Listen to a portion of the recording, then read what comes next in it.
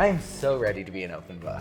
So obviously you're a hairstylist, you're an influencer, and I'm wondering how social media impacts your mental health. Poorly, very poorly. Yeah.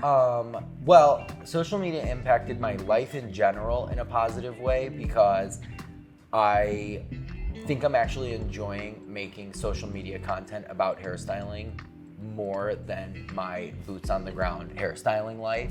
So in some ways it has affected my mental health positively, but in other ways it's affected my mental health very poorly because there's just so many meanies out there. With all the meanies, how does their energy like impact you? Because I can imagine like looking at your phone and seeing a comment and that could ruin your whole day. So like what are some things that you've like incorporated so that like your energy isn't overtaken by what these people are saying?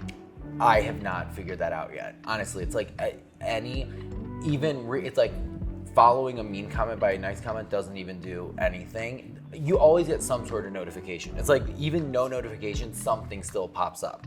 So, or like even with no notifications, I still want to go. It's like, it's important not to let the mean comments stop me as the creator from connecting with the people who are asking real questions or saying like real comments. Like it is important to interact in that way. Just out of like human decency. It's like people ask a question, they deserve an answer. It is like a two-way street on social media. So when you go to do anything even remotely normal, I am susceptible to seeing some bullshit. And it, you know, sometimes things, it's like I will have successfully missed a whole horrible thread and then like something pops up next to it like months later and I go to see that. I'm like, oh, I should answer that. And then the thing right below it on a video from months earlier, I'm like, oh my God, that was horrible. So I don't know how to make that better. I honestly don't know what, like, it brings me down. It hurts my feelings. It makes my heart race. It makes my stomach hurt. And it makes me like those like physical signs of just like anxiety. Yeah, and I mean, you've told me about like different circumstances where it has impacted you more, especially with like someone in particular, like not that long ago, and it took you a really long time to get out of it. Yes, it takes me so long. And like, no, the thing that I feel like is hard to understand because whenever I talk about this, the people just trying to help, no, not saying anyone like gaslights or like belittles or anything. People will always be like, but I see so many nice comments on your videos. I'm like, I know. And it's like, you know, people say this all the time. It's like hundreds and hundreds of positive comments pale in comparison to the one mean one. I know the things that are being said are not true. At best, I am saddened for humanity. And that's the take. And there's just no way around that. Cause I'm like, at best, I don't take it personally. It doesn't affect me on the inside, but I'm just like, wow, this is bleak. This is what people are out here doing day to day, just, you know, trashing people on the most banal content ever. It's like, I'm proud of what I do, but it's not exactly like controversial. So if people feel the need to be controversial in the comments, that's shocking to me. And, you know, worst case scenario is that they hit me personally and make me just feel bad about something. Yeah. Because I would say, you know, mostly those people who are making those comments are probably insecure themselves and just jealous. Well, it's like, so all that it's like I can, on a good day, I can rationalize all those thoughts to myself and understand that it's a them problem, not a me problem.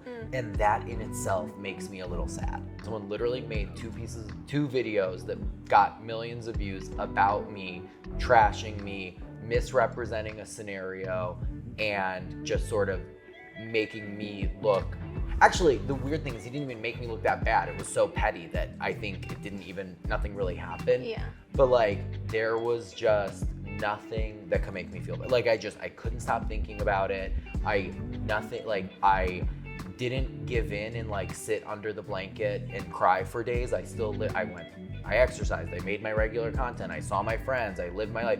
And throughout doing all of those things, I was 100% distracted, not at all present in my own living. And I was just in my mind thinking about this bullshit. Yeah. And the only thing that made it go away was just like distance from it happening. Yeah. What's therapeutic for you in that sense? Like you obviously just said that having enough time away from that is helpful. But like, are you in therapy? Is there anything that I should be. No, I should be. Honestly, I should be.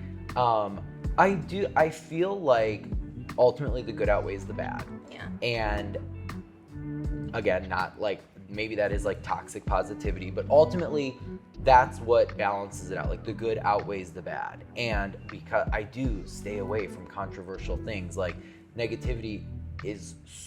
negativity I receive is so petty on the end of the person dishing it out that I have not had to deal with any like big drama. When these little things rear their heads, it completely distracts me. Yeah. Well, you can always vent to me. Yeah, so that's the thing. So my friends, that really is it. Like just, taking time away from online life and being with my real life, real friends, that is ultimately what just like the best way to click out of it. Yeah. My in-person support circle. Yeah. You. Oh my gosh, are we gonna make it tiki-taki? Yeah. Yes. Okay, you're gonna sit here. I'm gonna get the stuffy stoodles. Okay, where's my phone? I put my phone over there. I'm gonna show you the video that we're recreating. Okay. We're attempting. So this is the video. Let's play it again. I'll probably skip show. I'm just gonna cut right to the ponytails on us. Ooh. But we're gonna do the thing where like I play this video and react to it Okay. before I actually do it. Okay. Cute, right? Yeah. Super easy, like volume, half up, half down. Looks like something I'd wear to my bat mitzvah. I believe this video was from Coachella. So we're doing a little bit of a Coachella vibe. And then back on the topic of mental health, I will say that like making my content is actually it's like such a pleasure and makes me feel like when things go wrong, just like quitting, like getting back into the realm of making my own content makes me like very happy. Got it. Oh, you look so pretty. Oh, thanks. It's this light. It's really good. It's a really good light. Yay! Okay, fun. So now we're gonna go into TikTok. Do you have a hard time focusing when you are creating content? Yeah, of course. I have a hard time focusing when I do anything, and this is no different. What triggers you? What triggers me? Okay, so this is, I guess like I knew the answer, but I'm like pussyfooting around the truth. Like muscular, like really in shape men, people with like my dream body. Yeah. It makes me so insecure.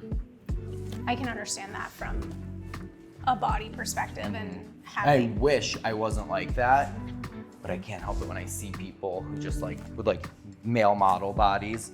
It is tough. Unfortunately, it's like all very relatable. You know, Right. it's like so much of us, and not to like you have obviously your own experience. It really does. So like I used to use no filter and I was really proud of that. And then I put on a solid like 10, 15 pounds over the winter real quick. And the filter sort of cuts my double chin. So I got like addicted to using this built-in filter because I just couldn't look at myself. And it's like there's certain angles where you're doing things that you still see all of it that you don't necessarily want to see. And it's hard. Like honestly, my most successful video I've posted in the last like 8 months. I hate how I look in it. Hate. Like, and it's been duetted and reused and tagged and reposted. I mean, it has like 40 million views on TikTok and like 20 million views on Instagram. And it's Wow. been really highly engaged with, and I got really positive reaction from people. And I've been interacting with it for weeks and weeks since it got posted. It's not going away. And that's what I aim for, it's what I want. But I hate how I look in it. Yeah. And it is just, I don't have an answer. How else do you keep your mental health in check? It's called Bravo. Yes. So, no, and that is a joke, but at the same time, it's not because It's not. entertainment. You know what I mean? Like, Yeah. I love pop culture. I love to laugh. So, definitely, I find pleasure in, entertaining when I feel bad or I feel down, or even when Ben sees that I'm not feeling good, he's like, why don't you go on the couch and watch Bravo? It's like, watch these people instead of deal with my own shit, which I don't even feel guilty about.